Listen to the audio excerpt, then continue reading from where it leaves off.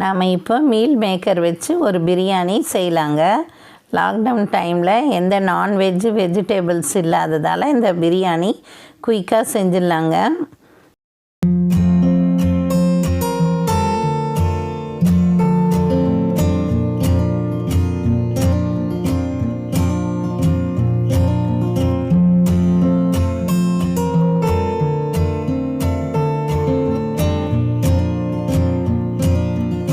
ஒரு மசாலா ஒன்று ரெடி பண்ணிடலாங்க. வெங்காயம் கொஞ்சம், தக்காளி, பச்சை மிளகா ஒன்று போட்டுக்கிட்டேங்க மிக்சியில். பட்டை ஒன்று, ஏலக்காய் ஒன்று போட்டுக்கலாங்க.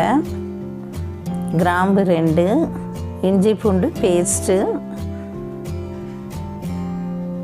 புதினா இலைகள் கொஞ்சம் போட்டு கொஞ்சமாக தண்ணி விட்டுருங்க.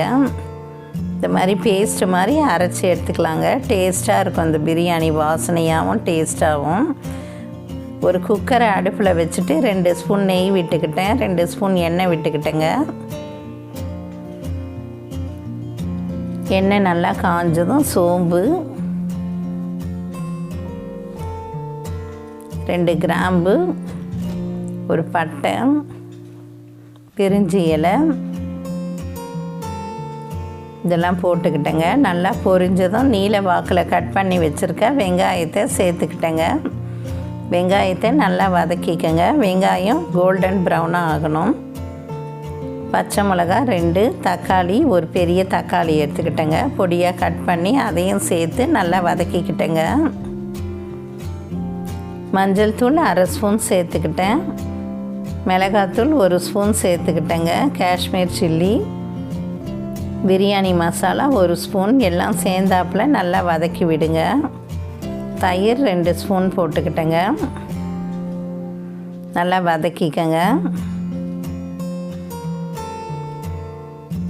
அரைச்சி வச்சுருக்க பேஸ்ட்டை இதில் சேர்த்துக்கலாங்க. அப்போ தான் நல்லாயிருக்கும். நல்லா வதக்கி விடுங்க. பச்சை வாடை போகிற வரைக்கும் வதக்கி விடுங்க. சால்ட்டு தேவையான அளவு சேர்த்துக்கிட்டேங்க.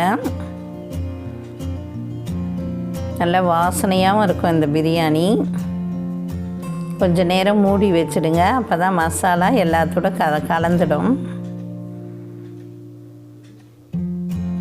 ஊற வச்சுருக்க மீல் மேக்கரை சேர்த்துக்கலாங்க. சேர்த்து நல்லா வதக்கி விட்டுக்கலாங்க.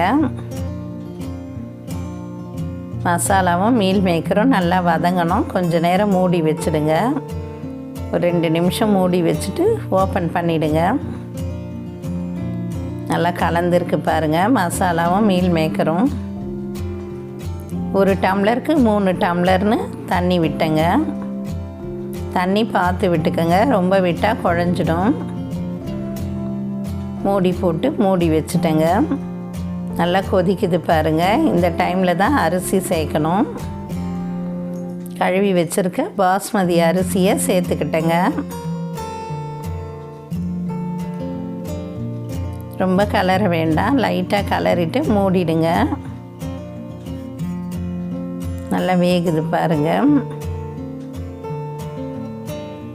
நல்லா வெந்துடுச்சு. தண்ணிலாம் வற்றியதும் புதினா இலைங்களை தூவிக்கிட்டேங்க. ஒரு 2 நிமிஷம் மூடி வச்சுட்டு திறந்துடுங்க. இப்போ ஒரு சூப்பரான பிரியாணி ரெடி ஆயிடுச்சுங்க. மீல் மேக்கர் பிரியாணி ரெடி ஆயிடுச்சு. லைட்டாக கலரி விடுங்க. காய்கறி நான்வெஜ் எதுவும் இல்லாத டைமில் நீங்களும் இந்த பிரியாணியை ட்ரை பண்ணி பாருங்கள். ரொம்ப டேஸ்ட்டாக இருக்கும். தேங்க்யூ.